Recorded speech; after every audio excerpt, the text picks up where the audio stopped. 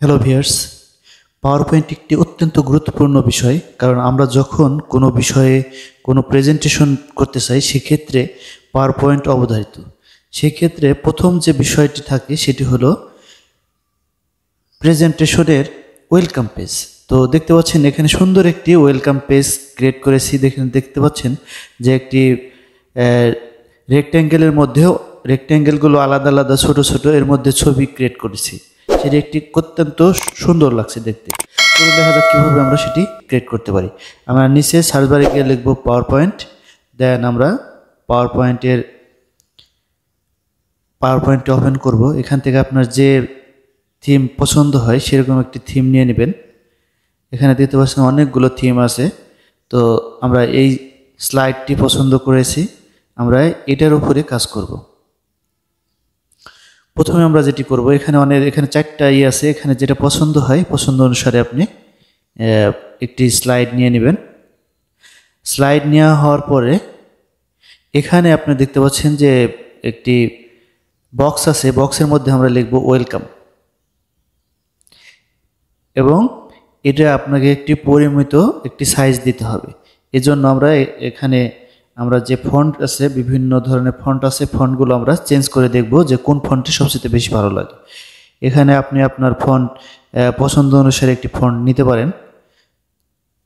আমরা অনেকগুলো দেখব যে ফন্টটি ভালো লাগে সেই ফন্টটি আমরা এখানে দেব। এখানে অনেকগুলো ফন্ট আছে, আমরা ফন্ট সিলেক্ট করব। এখানে দেখতে পাচ্ছেন যে এই ফন্টটি মোটামুটি সুন্দর আছে। এটাকে যদি আমরা 150 করে দিই সেক্ষেত্রে অনেক বড় হয়ে যায়। সেক্ষেত্রে 120 করে দেব বা 130 করে দেব।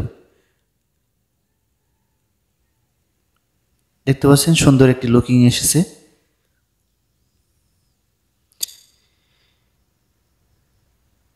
এবারে আরও কিছু ফন্ট আছে, এটা বাদে আমরা আরেকটা ফন্ট নিয়ে দেখতে পারি। এখানে অনেক ধরনের ফন্ট আছে, অথবা আপনি যদি কোনো ফন্ট নিতে চান কোথা থেকে, সেক্ষেত্রে সেই ফন্টটি আপনি ডাউনলোড দিয়ে আপনার মাইক্রোসফট অফিসে ফন্টের মধ্যে রেখে দিলে এখানে ওই ফন্টটি চলে আসবে। সেরকম একটি ভিডিও, আমার আরেকটি ভিডিও আছে, সেখান থেকে দেখে নিতে পারেন। আমরা একটি সুন্দর ফন্ট সিলেক্ট করে দেন এটি সুন্দর আছে, এটি আমরা নিয়ে নেব। দেন নিচে আমরা লিখব টু আওয়ার প্রেজেন্টেশন। দেখতে পাচ্ছেন যে টু আওয়ার প্রেজেন্টেশন যখন লিখলাম জিনিসটি ছোট হলো।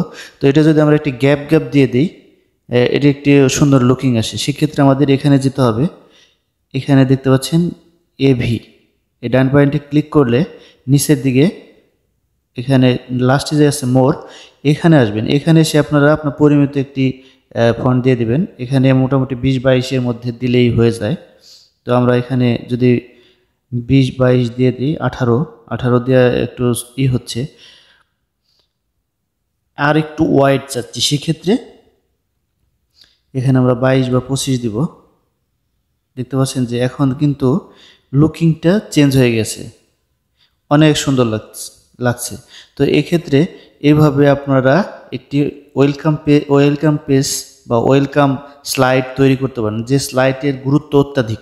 কারণ আপনারা জানেন যে আপনি যখন একটি প্রেজেন্টেশন করবেন সেই সময় আপনার প্রথম পেজে অনেক কিছু নির্ভর করবে, যে আপনি কি কাজ করেছেন সেটি আপনার প্রথম পেজ বা প্রথম ওয়েলকাম স্লাইডটি দেখলেই বুঝতে পারবে মানুষ যে আপনি কতটুকু কাজ বুঝেন বা আপনি কতটুকু কাজ জানেন।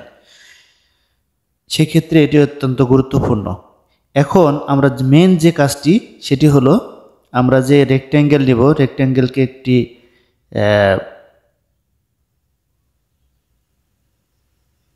ঘুরিয়ে দিব।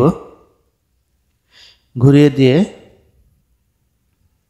অবশ্যই আপনাদের আরেকটি জিনিস খেয়াল রাখতে হবে যে আমি কোথা থেকে নিচ্ছি। এখানে উপরে অনেক বিষয় আছে, যেমন হোম আছে, ইনসার্ট আছে, ডিজাইন আছে, অ্যানিমেশন আছে। এরা দেখতে পাচ্ছেন যে ফরম্যাট, একবারে লাস্টেরটা ফরম্যাটে যাবেন। আগে নিয়ে নেবেন, ইনসার্টে গিয়ে আপনি বক্স নিয়ে নেবেন, দেন আপনি ফরম্যাটে চলে যাবেন। দেন এখানে ফিল কালারটি আপনি নো করে দেবেন, এবং আউটার কালারটি আপনি আপনার যে কালার পছন্দ সেই কালার দিতে পারেন, অথবা এখানে আউটার কালারটা একটু ডার্ক করার জন্য একটু ওখানে গিয়ে আপনি মোটা চিকন করে নিতে পারেন। এভাবে আমরা প্রত্যেকটি স্লাইড এখানেই করব, প্রত্যেকটি স্লাইড এখানে পর্যায়ক্রমে কপি পেস্ট করব। এখানে দেখতে পাচ্ছেন যে আমি ওই স্লাইডটি একটি পর্যায়ক্রমে আমি সাজাচ্ছি।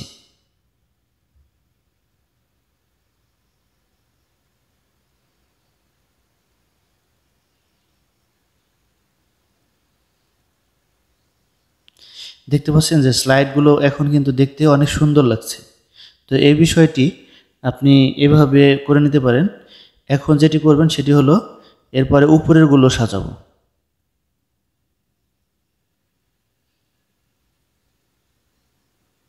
পর্যায়ক্রমে উপরেরগুলো সাজিয়ে দেব। এর মধ্যে আমি একটা ছবি নেব।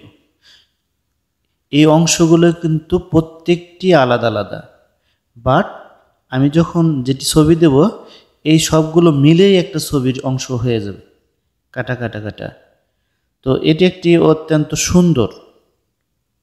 তো এই বিষয়টি অনেকেই আপনারা না জানার কারণে আপনাদের ওয়েলকাম পেজ স্লাইডটি আপনারা ভালোভাবে সৌন্দর্য বৃদ্ধি করতে পারেন না। তো এইভাবে আপনি যদি করেন অবশ্যই যে কেউ আপনাকে সাধুবাদ জানাবে যে আপনি কাজটি অনেক সুন্দর করেছেন। এরপরে আমরা উপরের যে পার্টটি আছে এখানেও নিয়ে নেব, পর্যায়ক্রমে সাজাবো। বা আপনি আপনার পছন্দ অনুসারে ইনসার্টে গিয়ে যে কোনো ডিজাইন এখান থেকে কপি করতে পারেন। যে কোনো ডিজাইন আপনি যে কোনো স্লাইড, যে কোনো ইনসার্টে গিয়ে যে কোনো ফ্রেমের যে কোনো সাইজ আপনি নিতে পারেন।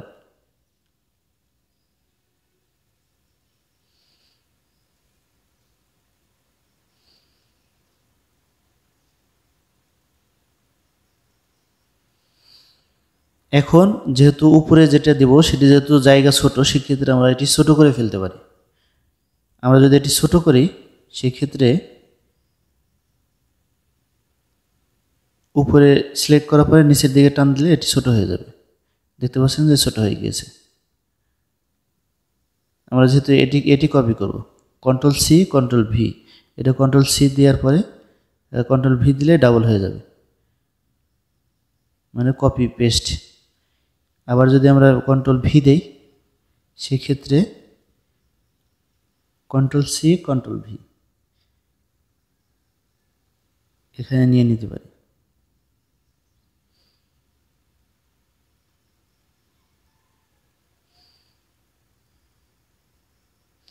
দেখতে পাচ্ছেন সেই আমাদের প্রথম যে পেজটি দেখেছিলাম সেটির মতো হয়ে গেছে। এখন আমরা যেটি করব সেটি হলো এই সবগুলো সিলেক্ট করব। সবগুলো যেহেতু সিলেক্ট না হলে আপনি কন্ট্রোল ধরে বাদবাকিগুলো পর্যায়ক্রমে সিলেক্ট করে রাখবেন। এখানে সবগুলো উপরেগুলো সবগুলো হয়েছে। এখন নিচেরগুলো কন্ট্রোল ধরে এগুলো সিলেক্ট করে নেবেন। দেন রাইট বাটন ক্লিক করে এখানে গ্রুপে যাবেন। এটাকে অবশ্যই আপনাকে মনে রাখতে হবে, গ্রুপ করে নিতে হবে। এখন যদি আপনি মুভ করাতে চান সেক্ষেত্রে আপনি সবগুলো একবারে মুভ করতে পারেন, বাট আপনি যখন গ্রুপ না করবেন সেক্ষেত্রে আপনার ইন্ডিভিজুয়ালি সবগুলো পরে একটা একটা করে সরাইতে হবে। সেটি একটি অত্যন্ত জটিল কাজ। আরেকটি বিষয় হলো যেহেতু আমরা ছবি দিব সেক্ষেত্রে সেই ছবিটি আমরা কিভাবে দিতে পারি, এর জন্য আমাদেরকে যেটি করতে হবে ফরম্যাটে যেতে হবে, ফিলে যেতে হবে। ফিল থেকে এখানে দেখতে পাচ্ছেন যে পিকচারে গিয়ে এখানে ফ্রম ফাইল, দেন যে ছবিটি আমি দিতে যাচ্ছি সেই ছবিটি যেখানে আছে সেখানে যাব। দেন এখানে দেখতে পাচ্ছেন যে অনেকগুলো ছবি আছে। আমরা যেটি পছন্দ হয়, পছন্দ অনুসারে যেটি ভালো লাগে আপনাদের চেঞ্জ করে দেখাবো। দেখতে পাচ্ছেন যে অনেক সুন্দর লাগছে একটি ছবি, কিন্তু এই সবগুলো রেক্ট্যাঙ্গেলের মধ্যে সুন্দরভাবেই হয়েছে। এই ছবিটি আমরা দেখিয়েছিলাম। তো এইভাবে আমরা সহজেই যে কোনো স্লাইড তৈরি করতে পারি। দেন আমরা ফাইলে যাব, ফাইলে গিয়ে সেভ এস, এবং আমরা যে কোনো একটি ড্রাইভে রেখে দিতে পারি বা ডকুমেন্টে আমি রাখবো, ডকুমেন্টে রেখে দেব, দেন ওকে দেব। আমার কাজ কমপ্লিট। এখন দেখতে পাচ্ছেন যে খুব সুন্দর দেখাচ্ছে। এভাবে আমরা যে কোনো স্লাইড সুন্দর তৈরি করতে পারি। আশা করি এই বিষয়টি আপনাদের প্রত্যেকের কাজে লাগবে। ধন্যবাদ সবাইকে।